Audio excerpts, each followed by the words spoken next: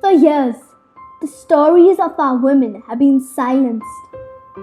For years, the courage, strength, bravery, and tenacity of our women have been overlooked. But no longer. It is time we honor the women who have raised us.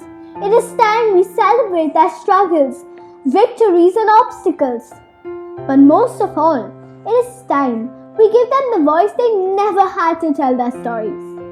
For it is upon these stories we find our strength. It is from their pain that we find our own courage.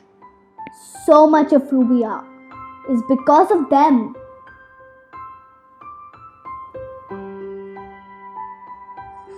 To the fearless women who raised me, I thank you. Thank you for having the courage to strive to give me a better life. A life that maybe you wanted for yourself, but you could only dream of. Thank you for reminding me every day of the countless sacrifices of countless women. During the tender years of adolescence, I found these reminders to be a nuisance. But over the years, I grew to appreciate them and appreciate you. Thank you for reminding me to take advantage of every opportunity that came my way. Because there was a place, not too far from where I lived, that young girls were not so fortunate. Now I think of how selfless your actions were. Thank you for always thinking and putting yourself before others for the sake of the family. I think now of how much easier your life would have been if you had been selfish. It's only now I understand your motivation and intention. It was all for us. It was for the little girls whose eyes you looked into that gave your life a larger purpose. How gracefully you raised us with stories to empower us, telling us stories of our people, our ancestors, to ensure that we understood the vigor that ran through our veins.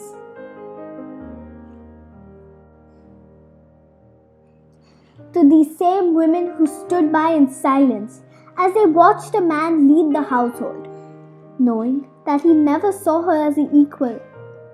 Thank you. Thank you for teaching us that we are just as worthy, just as smart, and just as capable as any son. To the women who endured the wrath of these men, I cherish your struggle. Thank you for always savoring your will to survive. Despite the physical and verbal abuse you endured, you survived, only to teach us a better way. Thank you for teaching us how we should be treated and making sure that we demand better from our men. I admire how in any environment you were and have been able to hold on to our culture, roots and traditions. As you were little girls to your own mother, you were able to learn and appreciate the traditions that she bestowed upon you. Even though you did not speak the tongue of our scripture, you held on to customs and rituals.